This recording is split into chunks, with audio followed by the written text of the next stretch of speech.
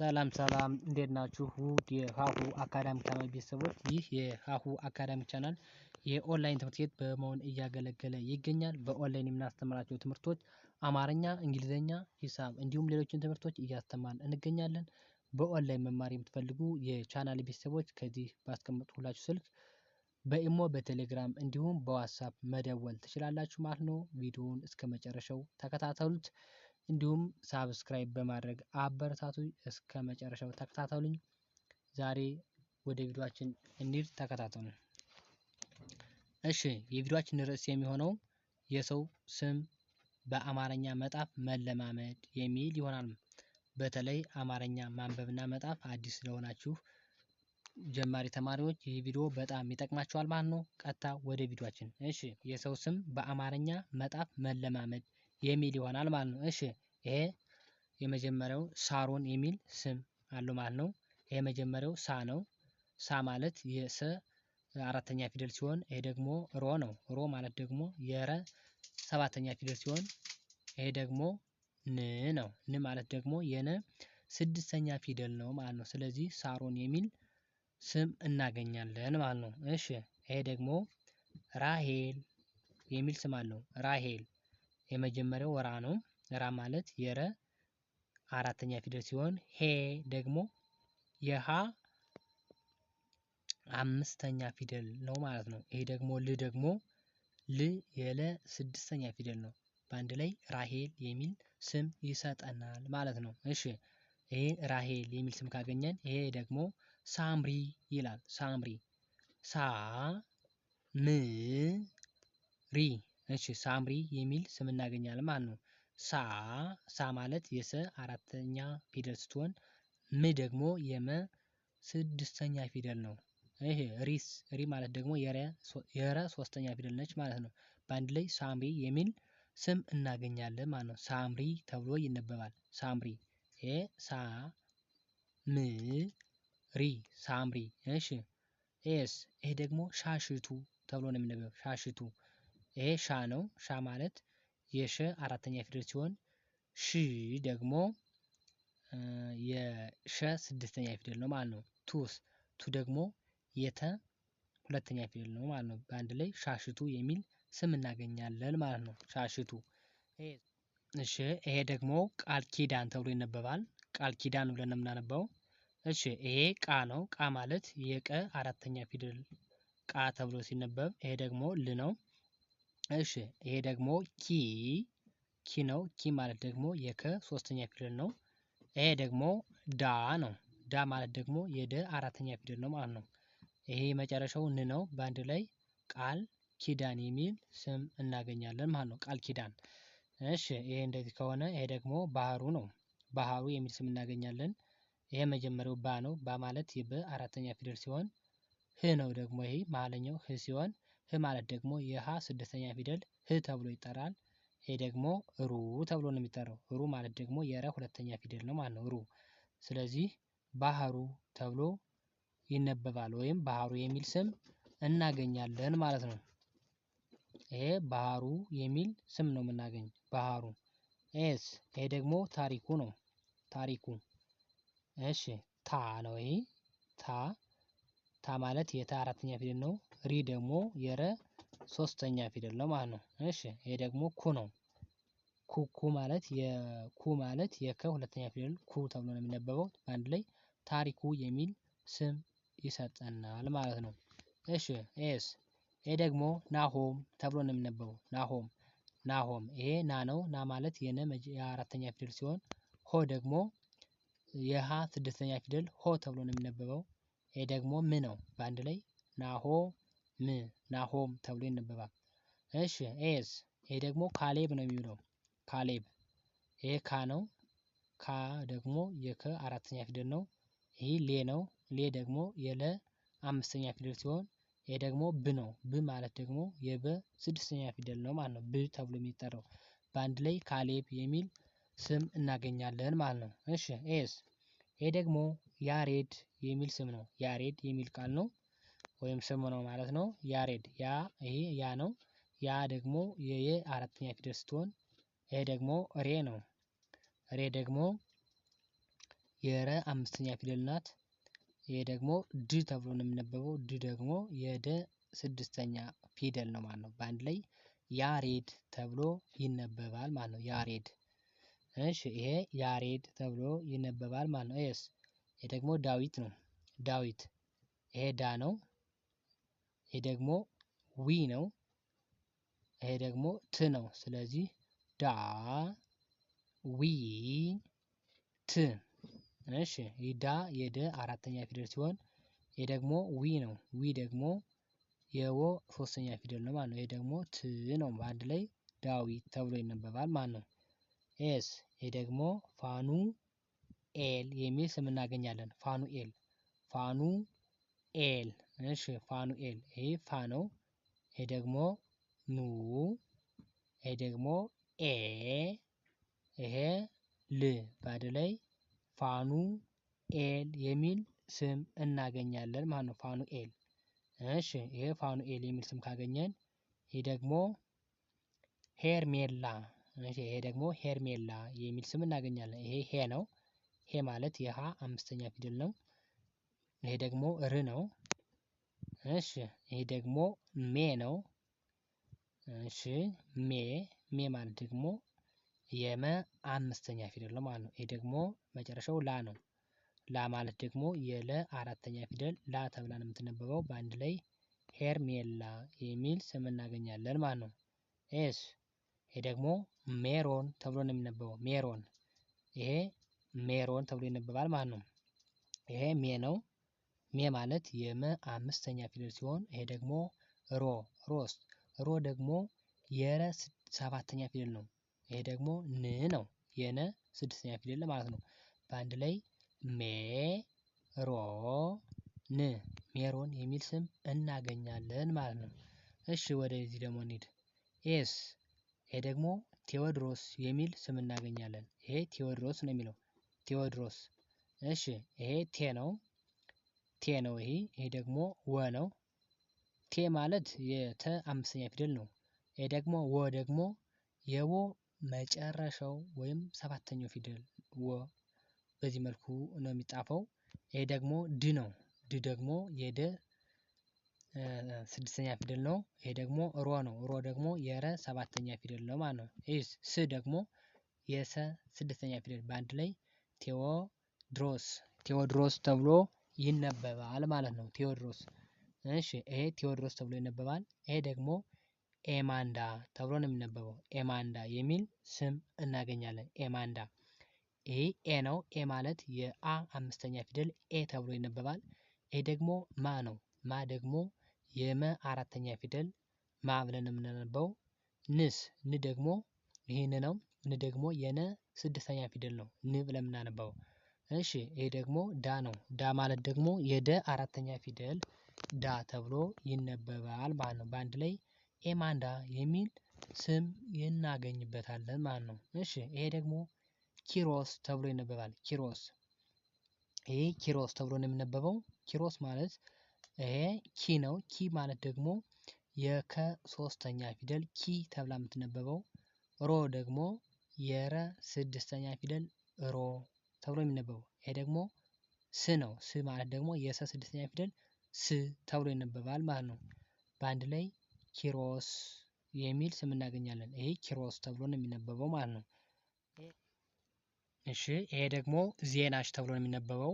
ይህ ዜናሽ ተብሎ ይነበባል ማለት ነው። ይሄ ደግሞ ዜ ማለት የዘ አምስተኛ ፊደል ሲሆን ና ደግሞ የነ አራተኛ ፊደል ነው ማለት ነው። የመጨረሻው ደግሞ ሽ ነው። ሽ ደግሞ የሸ ስድስተኛ ፊደል ነው ማለት ነው። በአንዴ ሲነበብ ዜናሽ የሚል ስም እናገኛለን ማለት ነው። እሺ ኤስ ይሄ ደግሞ ጌታነህ ተብሎ ይነበባል። ጌታነህ ብለን ነው የምናነበው ማለት ነው። ይሄ ጌታነህ ተብሎ ነው የሚነበበው። እሺ የመጀመሪያው ጌ ነው። ጌ ማለት የገ አምስተኛ ፊደል ሲሆን ታ ደግሞ የተ አራተኛ ፊደል ነው ማለት ነው። ይሄ ነ ነው የመጀመሪያ ፊደል ነው። ህ ደግሞ ይህ ህ ተብሎ ነው የሚነበበው። ህ ደግሞ የሀ ስድስተኛ ፊደል ነው ማለት ነው። በአንድ ላይ ጌታነህ የሚል ስም እናገኛለን ማለት ነው። እሺ ይሄ ፌርዶስ ተብሎ የሚነበበው ፌ ር ዶ ስ እሺ ይሄ ፌርዶስ ተብሎ ይነበባል ማለት ነው። ይሄ ፌ ተብሎ የሚነበብ ይሄ ደግሞ ር ዶ ስ እሺ በአንድ ላይ ፌርዶስ ተብሎ ይነበባል ማለት ነው። ይሄ ደግሞ ህሊና ይላል ህሊና ይሄ ህ ነው። ይሄ ደግሞ ሊ ነው።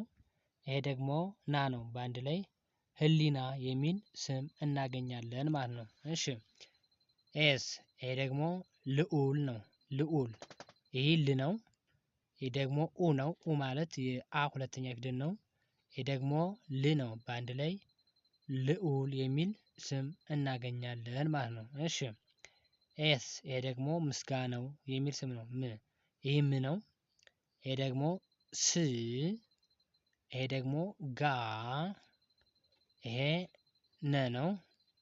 ይሄ ደግሞ የመጨረሻው ው ነው። በአንድ ላይ ምስጋናው የሚል ስም እናገኛለን ማለት ነው። ምስጋናው ይሄ ደግሞ ስመኘው ነው። ስመኘው ይህ ስ ነው። የሰ ስድስተኛ ፊደል ማለት ነው። ይሄ ደግሞ መ ነው።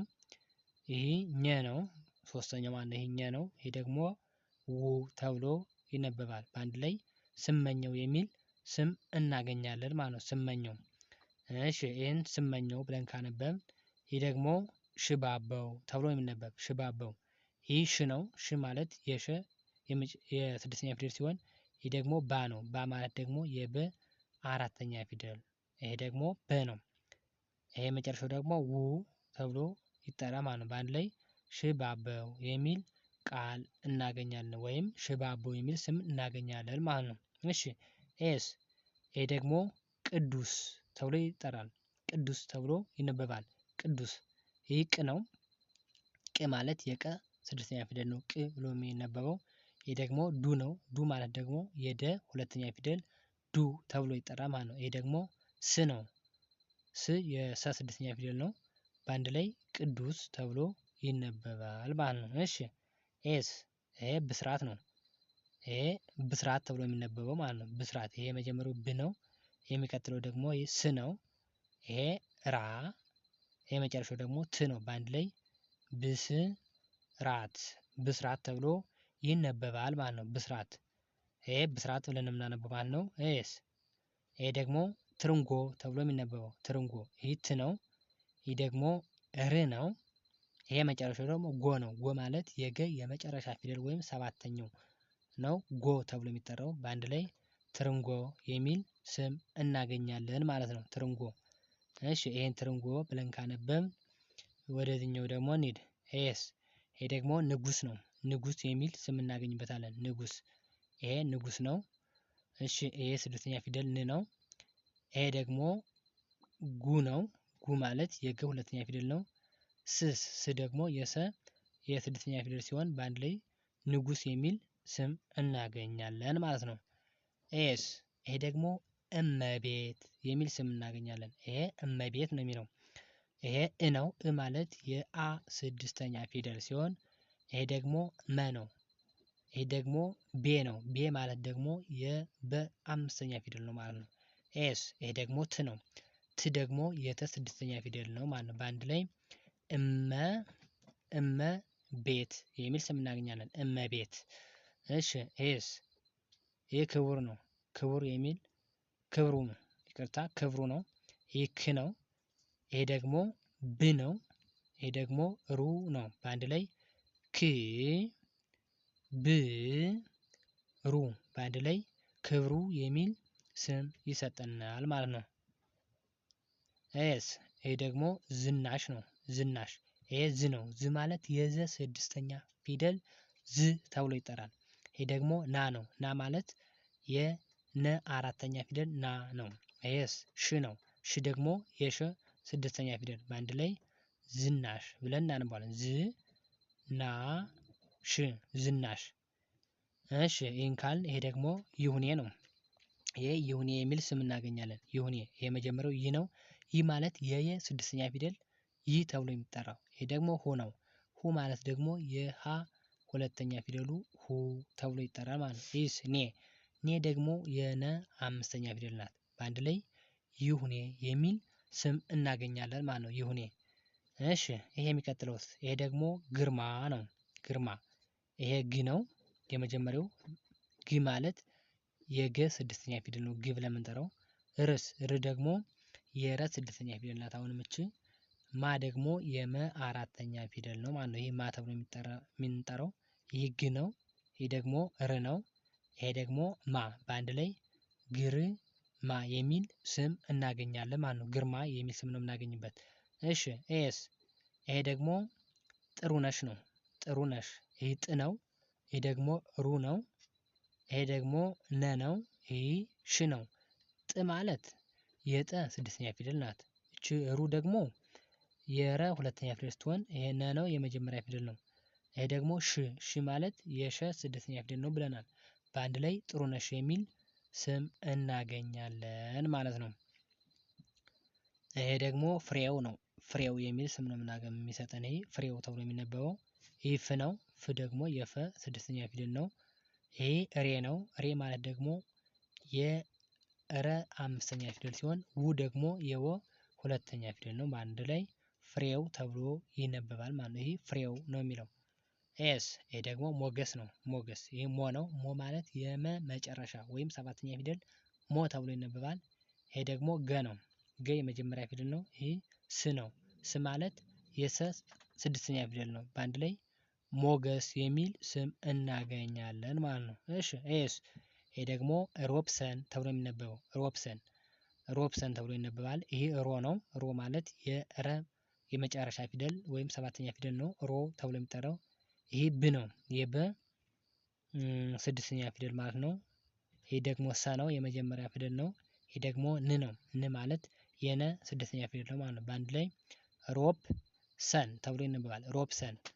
ኤስ ይሄ ደግሞ ሶስና ነው። ሶስና ሶ የሰ የመጀመሪያው ሶ ነው። ሶ ማለት የሰ የመጨረሻ ፊደል ወይም ሰባተኛ ፊደል ነው። ስ ደግሞ የሰ ስድስተኛ ፊደል ነው ማለት ነው። ይሄ ደግሞ ና ነው። ና ደግሞ የነ አራተኛ ፊደል። ስለዚህ በአንድ ላይ ሶ ስ ና ሶስና ተብሎ ይነበባል። ኤስ ይሄ ደግሞ ቶለሳ ነው። ቶለሳ ተብሎ ይነበባል። ይሄ ቶ ነው። ይሄ ደግሞ ይሄ ለ ነው።